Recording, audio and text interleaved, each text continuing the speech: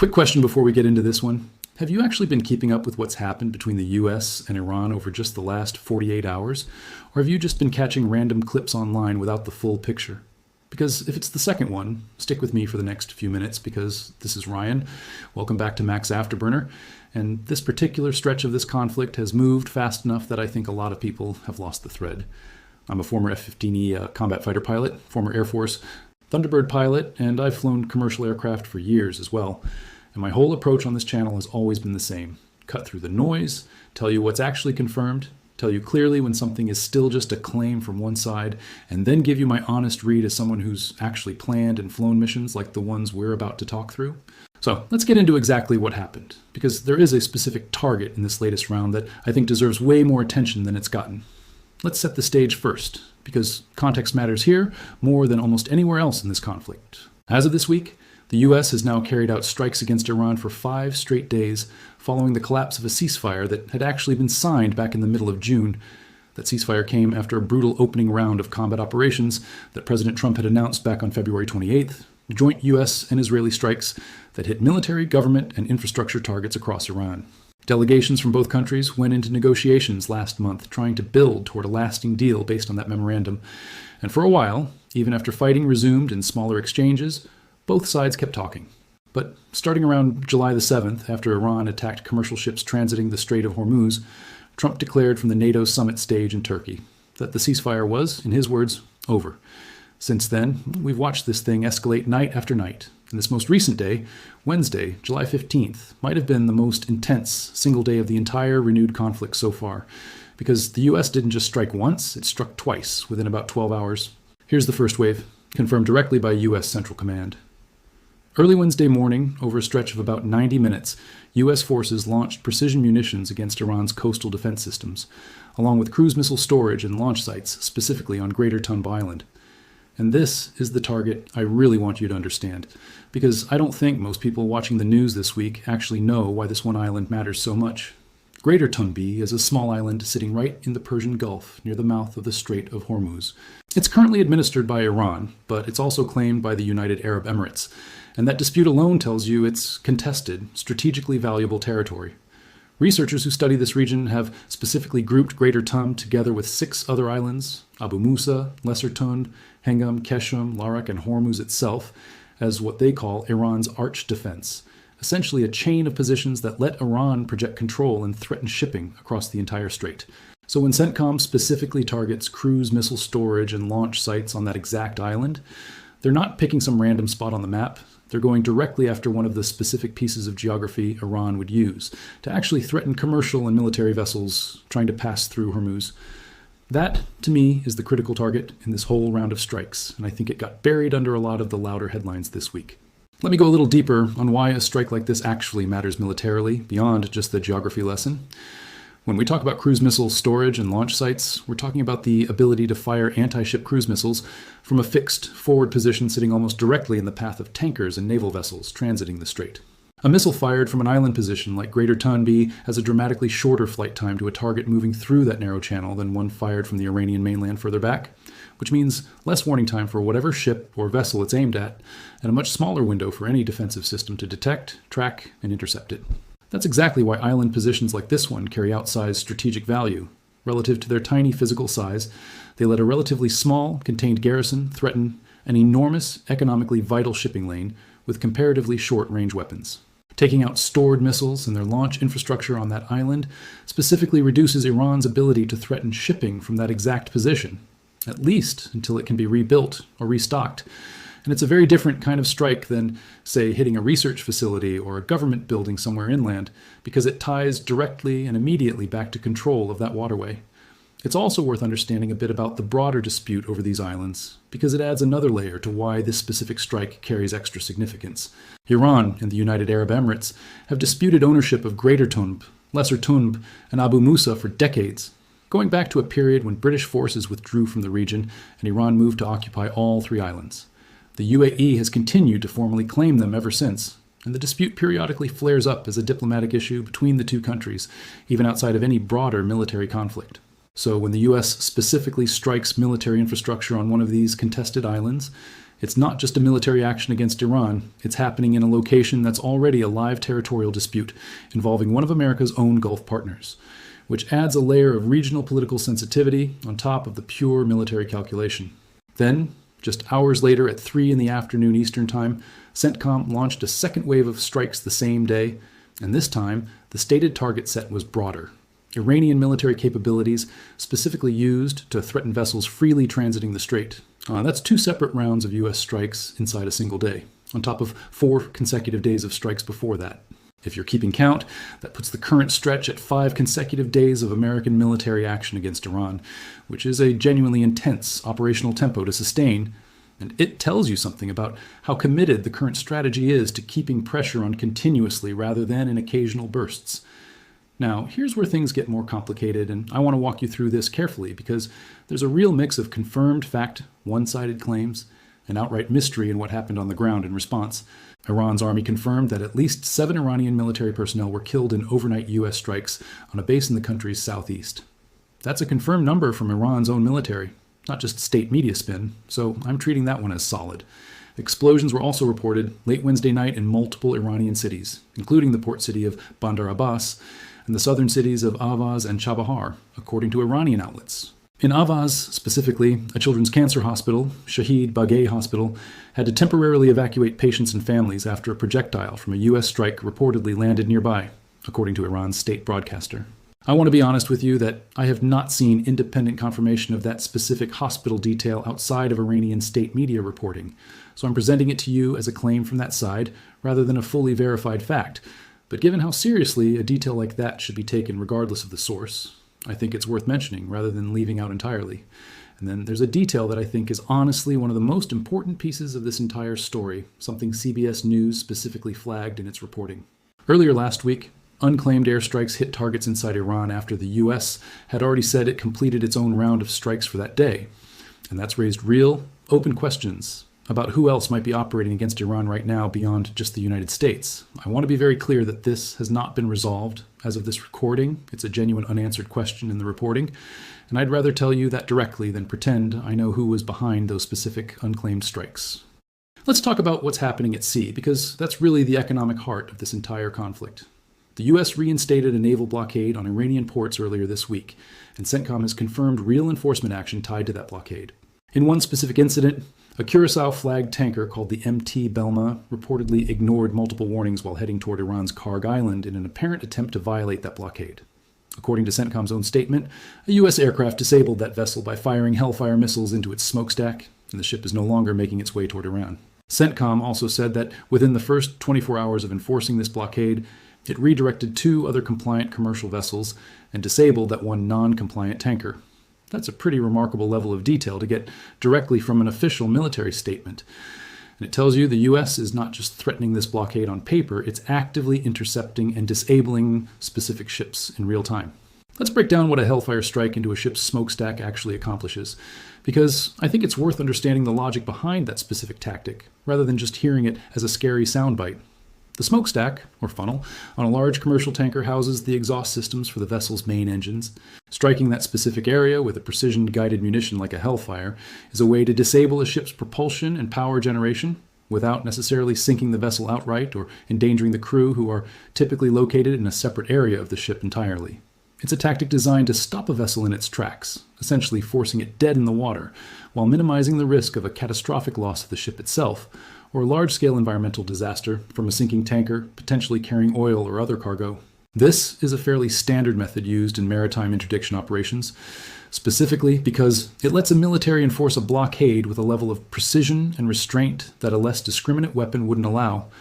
Whether you agree with the broader policy of blockading Iranian ports or not, from a pure tactics standpoint, this is a deliberate, controlled way of stopping a vessel, rather than simply destroying it. All of this has hit oil markets hard, and if you're wondering why you might be paying more at the pump or seeing different headlines about energy prices this week, this is exactly why. Brent crude, the global benchmark, has been holding above $85 a barrel, and shipping industry professionals are describing the situation as genuinely difficult to navigate right now.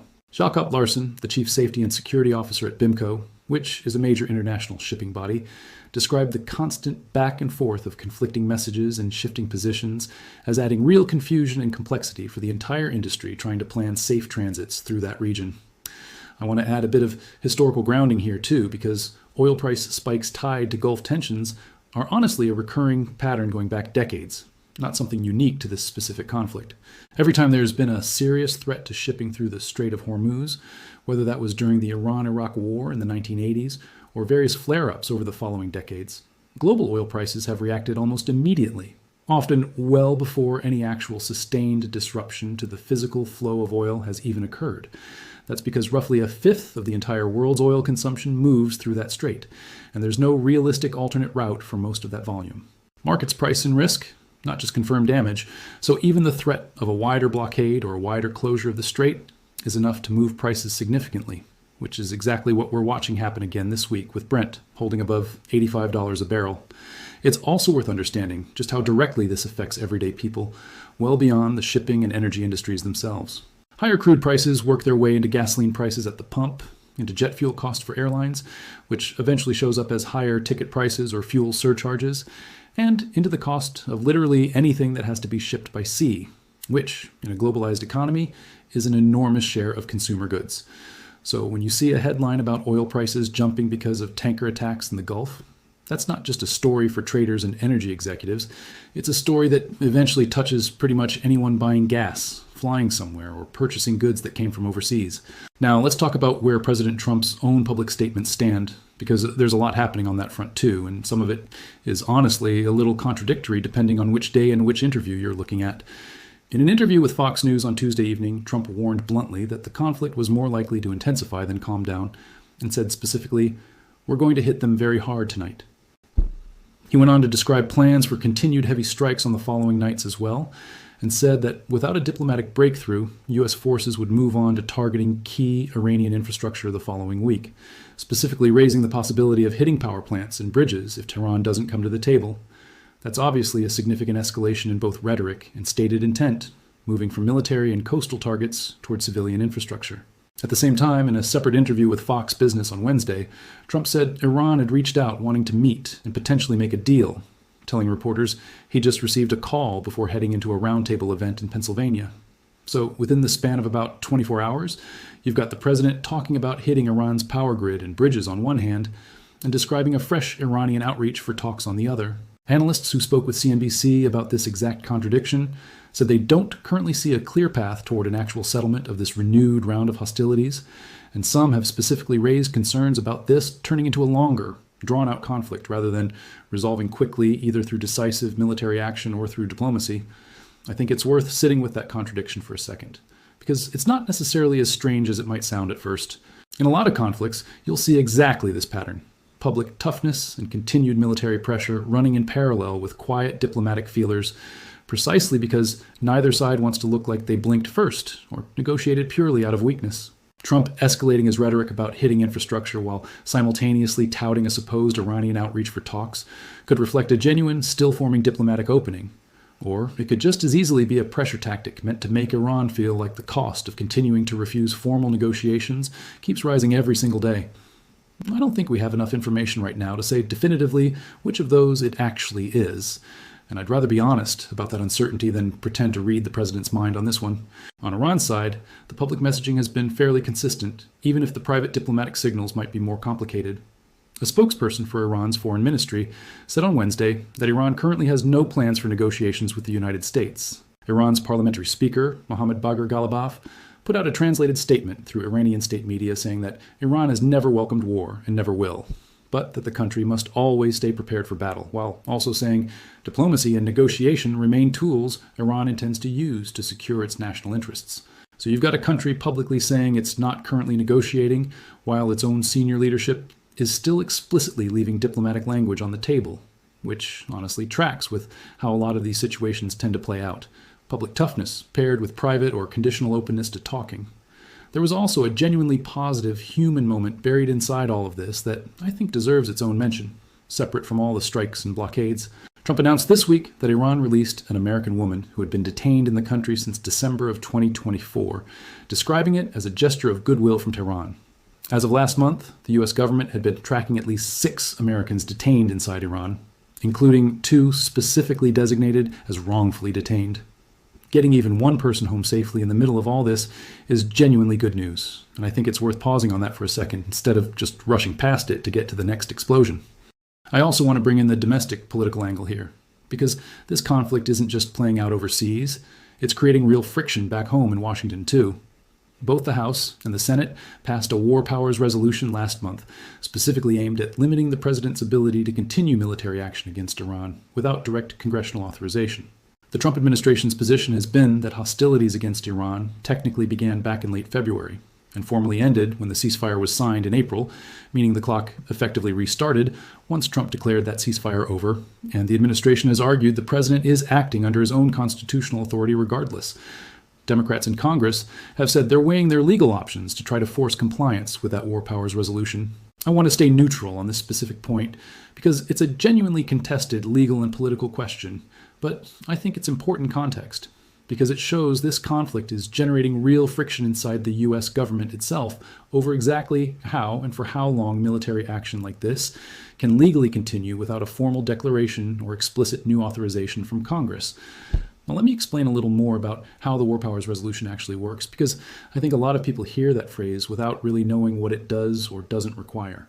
Under that law, which dates back to 1973, the president is required to notify Congress within 48 hours of the start of any military hostilities, and generally must end those hostilities within a set window, unless Congress specifically authorizes them to continue. Presidents from both parties have historically pushed back on how binding this actually is in practice, often arguing that their constitutional authority as commander-in-chief allows them to act independently, especially in situations they characterize as defensive or as protecting American personnel and interests abroad. That's exactly the argument the current administration is making here, treating the renewed strikes as a continuation of hostilities that technically began back in February, now resumed after the ceasefire collapsed, rather than as some brand new military action requiring fresh congressional approval. Whether that legal argument holds up is a genuinely open question that's likely to keep playing out in Congress and potentially in the courts, and it's a completely separate fight running in parallel with everything happening on the ground in the Gulf itself. This kind of domestic legal fight isn't unique to this specific conflict either. Nearly every extended U.S. military engagement in recent decades has eventually run into some version of this same debate. How much unilateral authority does a president actually have to sustain military action without a formal declaration of war? And at what point does Congress's constitutional role in authorizing the use of force actually kick in and become enforceable, rather than just symbolic? It's a genuinely important question for how the U.S. conducts foreign policy going forward, well beyond just this one conflict with Iran, and it's part of why I wanted to include it here, rather than just focusing purely on the strikes themselves. So let's bring this back to the operational picture, because I think that's where I can add the most value for you here. When you combine everything we just walked through, strikes on Greater Tunb Island specifically targeting cruise missile capability, a second same-day wave aimed at broader anti-shipping capability, active blockade enforcement, including disabling an actual tanker with Hellfire missiles, and the president's own public threats to escalate towards civilian infrastructure like power plants and bridges, what you're looking at is a campaign that has very clearly shifted its center of gravity toward Iran's ability to threaten the Strait of Hormuz specifically, rather than a broader, more diffuse bombing campaign across the whole country. Nearly every specific target CENTCOM has publicly confirmed this week ties directly back to that one goal, protecting and controlling passage through that strait. That's a pretty disciplined, focused targeting strategy if you look at it purely from a strike planning perspective, even though the broader rhetoric from the president has started to expand toward much bigger, more painful targets like infrastructure that keeps the lights on for regular Iranian civilians. And that's exactly the part that concerns me most as someone who's actually been involved in target planning. Hitting cruise missile storage on a contested island is a fundamentally different kind of target than hitting a power plant that keeps hospitals, water treatment facilities, and ordinary homes running. Modern militaries generally try to draw a very careful line between striking military capability and striking the basic infrastructure a civilian population depends on to survive, specifically because of both the humanitarian consequences and the geopolitical blowback that comes from crossing that line. If the threats about hitting power plants and bridges next week actually get carried out, that would represent a meaningful escalation beyond anything we've seen so far in this renewed round of fighting, and I think that's worth watching more closely than almost anything else happening right now. I want to give you a real-world sense of what's actually at stake if that threat gets carried out. Because power plants and bridges aren't abstract military targets, They're the basic infrastructure an entire population relies on every single day. Hitting a power plant doesn't just turn off lights in homes. It can knock out water treatment and pumping stations, disrupt hospital operations that depend on stable electricity for critical equipment, and cripple the ability of emergency services to function properly during whatever chaos follows. We already saw a smaller scale version of exactly that kind of ripple effect this week, with that children's cancer hospital in Avaz having to evacuate patients after a projectile reportedly landed nearby. Now imagine that same basic dynamic playing out at a much larger scale if actual power generation infrastructure becomes a deliberate target rather than collateral proximity to a strike aimed at something else. Bridges carry their own separate set of consequences too. They're critical for moving emergency responders, medical supplies, food, and fuel between cities. And destroying them can isolate entire regions from basic support for weeks or months while repairs take place, well after any immediate military objective related to that specific structure has already been achieved. This is exactly why military planners and international law generally draw such a careful distinction between targeting an adversary's warfighting capability and targeting the basic infrastructure that keeps a civilian population alive and functioning day to day. It's not just a moral or legal line, it's also a strategic one, because striking civilian infrastructure tends to generate enormous international backlash, can harden domestic public opinion inside the country, being struck rather than pressuring its leadership to back down, and can complicate any eventual diplomatic path back toward a real ceasefire. That's part of why I think this specific threat, more than almost anything else said this week, deserves serious attention and serious scrutiny going forward, regardless of which side of this conflict you find yourself sympathizing with. I also think it's worth asking yourself, as someone watching this from the outside, what you'd actually want to see happen next. Would you rather see this resolved through the kind of continued heavy military pressure Trump has been threatening, betting that enough sustained damage eventually forces Iran back to the table on terms the US is comfortable with? Or would you rather see both sides find a way back to that diplomatic track that briefly held together back in June, even if it means a slower, messier process with more compromise built into it? I genuinely don't think there's an obviously correct answer here, and I'd be curious to hear where you land on that, because I think it's one of the more important questions hanging over this entire conflict right now. I want to be upfront with you about something else too, because I think it matters for how you should be consuming coverage of this entire conflict going forward. This story is moving in real time, sometimes multiple major developments within a single day, like we saw with the 2 separate strike waves and the Belma tanker incident, all happening basically back to back. Anything I've told you here reflects verified reporting as of this week specifically, and there's a very real chance that something has already changed by the time you're watching this.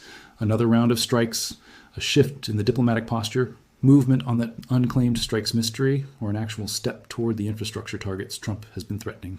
So please treat this as a solid, sourced snapshot of where things stood, not as the final word on how this plays out. I'll also say this, and I mean it genuinely, not as some kind of scripted line to sound thoughtful. Covering a conflict like this one is different from covering a plane crash or a rescue mission, where there's usually a clear beginning, middle, and end within a single story. This one is still very much unfolding, with real consequences for real people on every side. The families of those 7 Iranian personnel who were killed, the crew members on tankers being disabled or attacked in the Strait, the patients who had to be evacuated from that hospital in Avaz, and honestly, everyday people anywhere in the world who are going to feel this through higher fuel prices or shipping delays, even if they never set foot near the Persian Gulf. I try to keep that human weight in mind every time I sit down to break one of these down, and I hope that comes through in how I've laid all of this out for you today. One more thing before I get to the usual closing ask. If you've been watching my other breakdowns on this same conflict, you'll notice I keep coming back to the same handful of themes, the Strait of Hormuz, as the real center of gravity for almost everything happening militarily.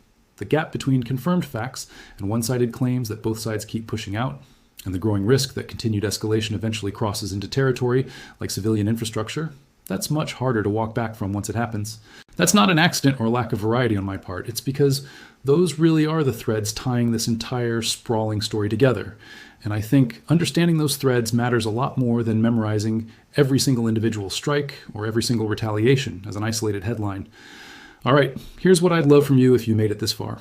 First, if breakdowns like this, ones that actually separate confirmed fact from one-sided claims and genuine unresolved mysteries instead of just reacting to headlines, are useful to you, hit subscribe and turn on notifications.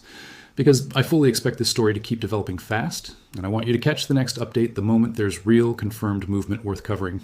And second, I want to hear directly from you on this one. Drop a comment and tell me specifically what part of this you want broken down further next, whether that's the legal fight in Congress over war powers, the strategic importance of that whole chain of islands guarding the Strait of Hormuz, or what an actual strike on Iranian power infrastructure would look like operationally if that threat ends up getting carried out, because that's genuinely going to shape what I dig into on this channel next. Either way, I appreciate you spending this much time with me on a story this dense, and I don't take that for granted. This is Ryan, also known as Max Afterburner, signing off for now. Stay safe out there, keep checking verified reporting as this keeps developing hour by hour, and I will see you in the next one, hopefully with some real clarity on where this whole thing is actually headed.